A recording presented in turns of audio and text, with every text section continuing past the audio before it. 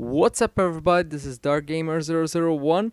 So, end of August, summer's starting to draw to a close, but Nintendo is looking to end the season with a bang.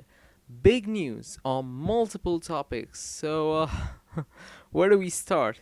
Okay, so obviously here we're looking at Mario Kart 8, and so we'll start off with that. And this week we had the launch of the Mercedes-Benz Kart DLC, free DLC, I might add. Three carts which we'll be trying out here, and I must say, I actually love it. I don't care that sites like Kotaku called it gross or anything like that. The only thing that's gross is their biased reporting, but I digress. Anyway, it was criticized by a number of people because it's out of place. Now this may sound like a paradox, but I agree, it's out of place, but it's out of place in a comical kind of way. It's funny, it's goofy, come on. I mean, having a Donkey Kong or a Bowser coming out of a tiny Mercedes-Benz style cart, it's the kind of thing that should put a smile on your face. And that's what Mario Kart is about. Well, it is when you're not being hit by a blue shell or when you're not getting thrown off the track on your final lap or something. So, yeah, I reiterate, it's out of place, but because it's the goofy kind of out of place, it paradoxically makes it fit. But of course, that wasn't the only piece of news related to Mario Kart DLC. We also get paid DLC.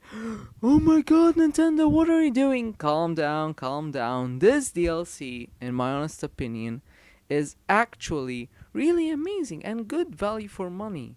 If this is the DLC model that Nintendo is going to embrace, then I, for one, am all for it.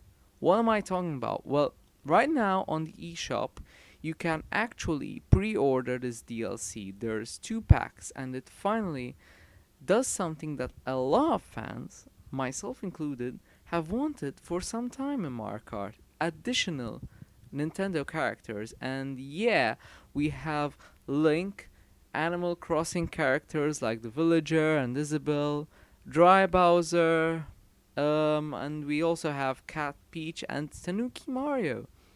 On top of that, we have a total of 16 new tracks, split into 4 new cups and more vehicles. I believe we have 8 new vehicles, including a glorious Blue Falcon themed kart. F-Zero fans will absolutely love it.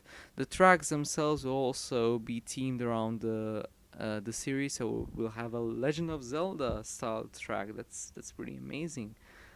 Now all of this is split into 2 DLC packs, which you can pre-order right now, and you can also pre-order both of them in a bundle. Additionally, pre-ordering them gives you a small bonus.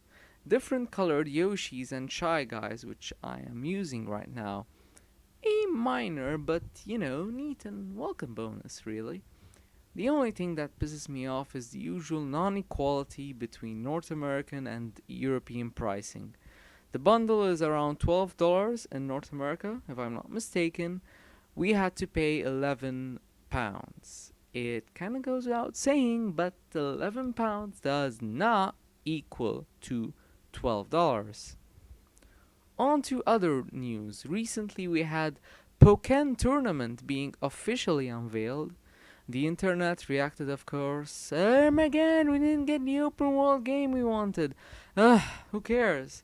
This looks like a pretty awesome idea. Come on, Tekken Cross Pokemon. What's not to like? One catch.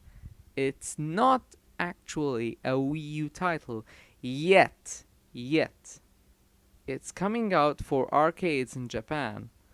But it's pretty much a given that this will be ported to Wii U at some point. And I'm saying this is due to a number of reasons, really.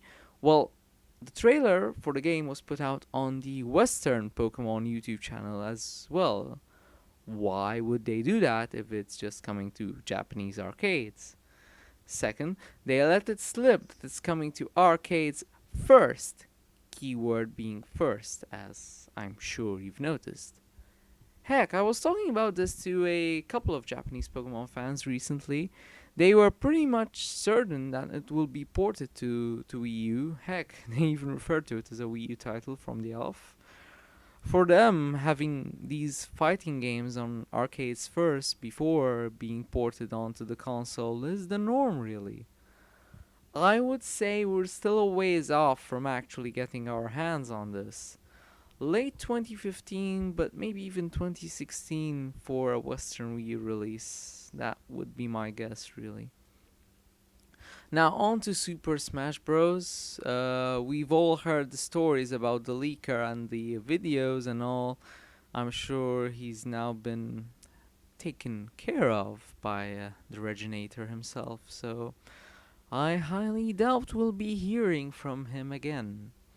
But jokes aside, it's kind of surprising for me that someone with a job at NOA would just risk it all for 15 minutes of internet fame. Was it really worth it, huh? You know how many people would kill for a job at NOA?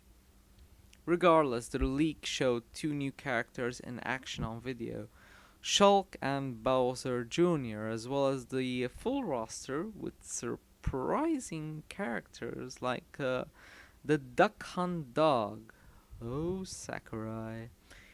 Anyway, Shulk from Xenoblade Chronicles was then officially unveiled. Yes, finally!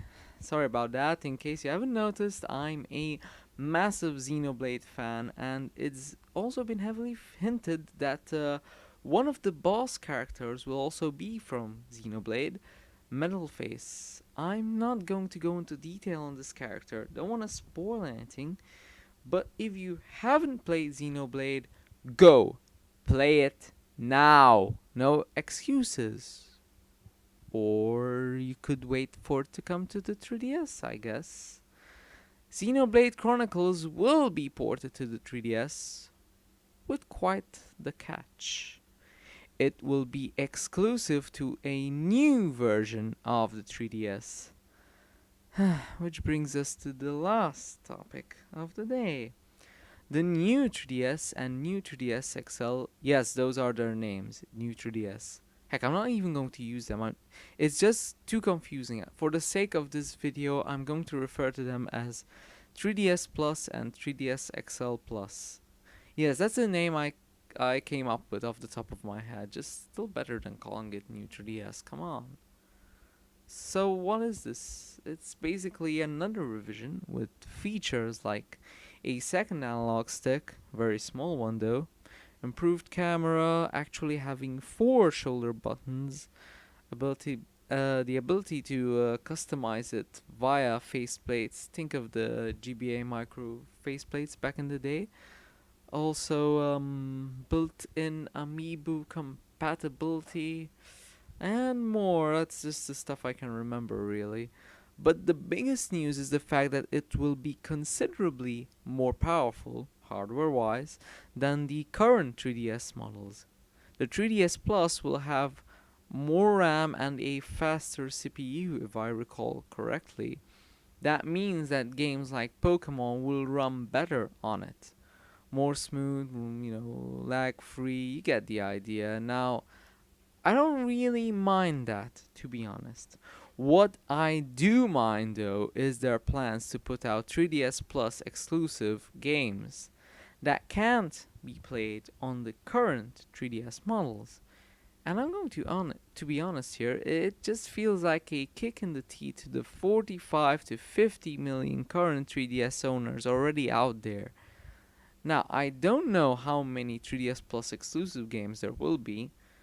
I hope it's a small amount, but the fact of the matter is, people do not want to be stuck with an outdated system before the new generation comes out. 3DS Plus is not a new generation.